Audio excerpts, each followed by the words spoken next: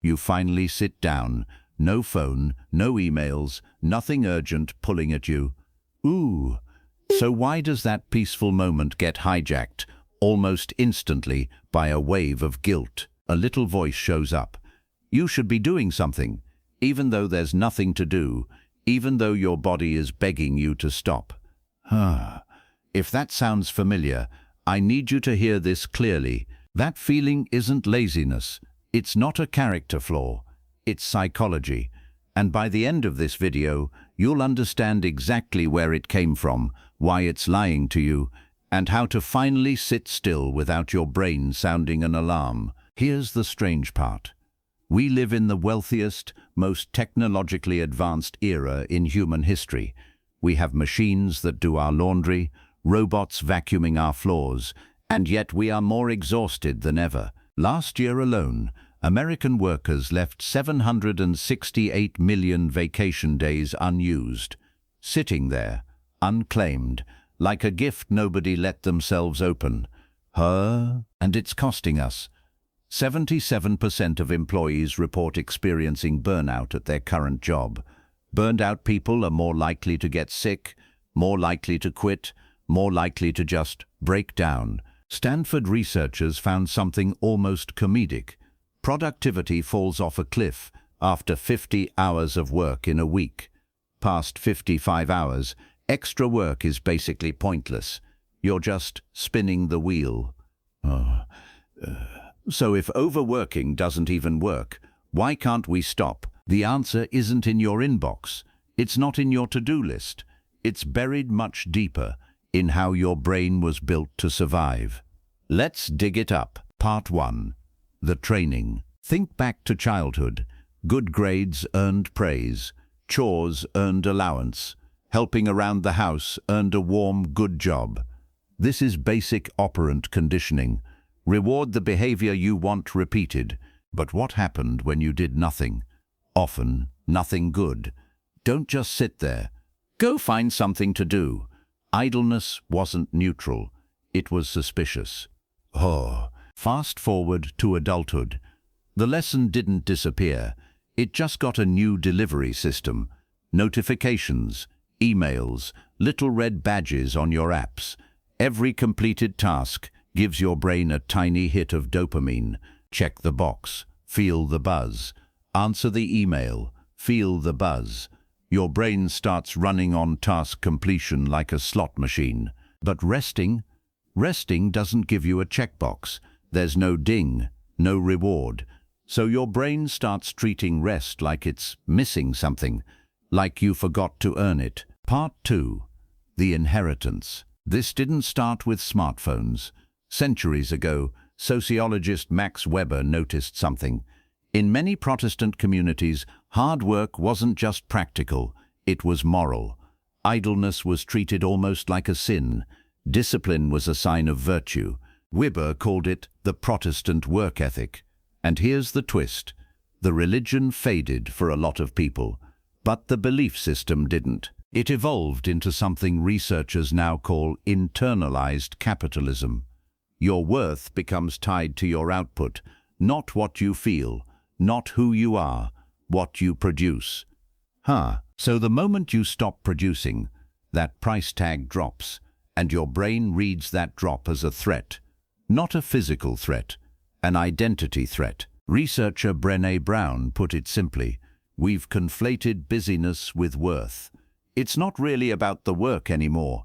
It's about who you get to be if you're not doing it. Part 3. The performance. Here's where it gets almost absurd.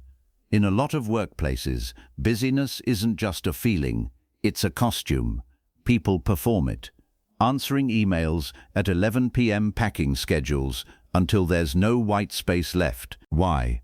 Because busy signals importance. Busy signals demand. If you're busy, you must matter. It becomes a status symbol, worn like a badge. And rest? Rest is the opposite of that performance. When everyone around you is visibly grinding, sitting still can feel like losing, like the world is lapping you while you nap. Except it's usually not true.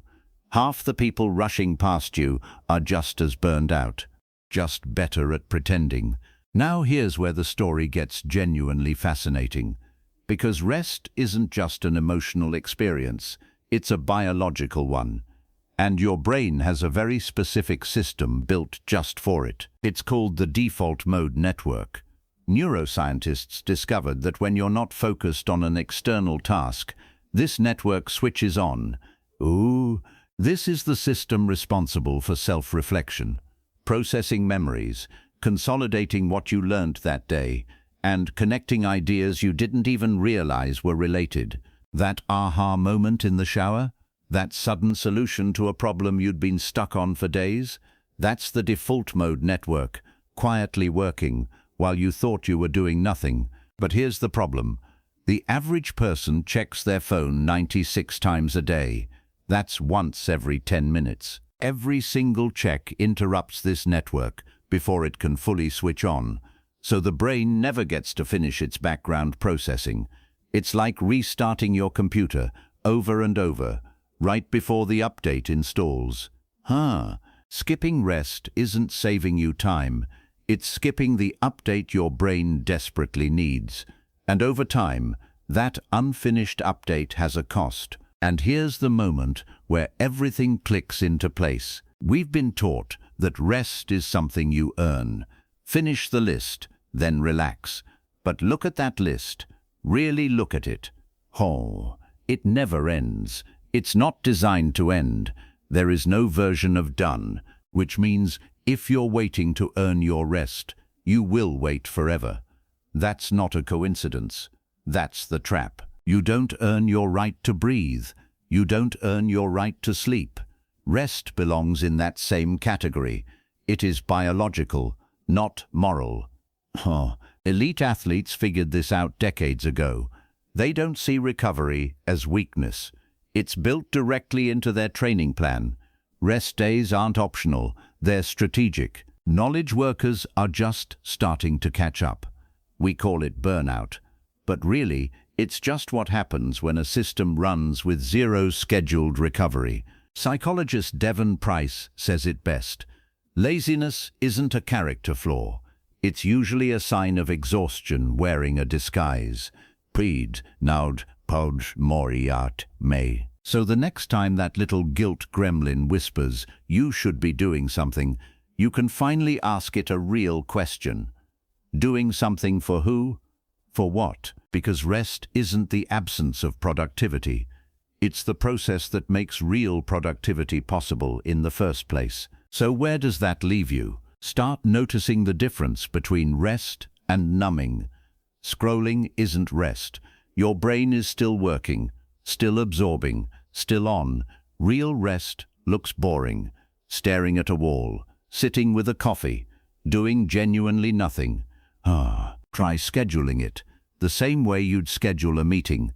Not because you finished everything, but because your brain, like every living system, requires downtime to keep functioning. The guilt might still show up. That's okay. You don't have to fight it or obey it.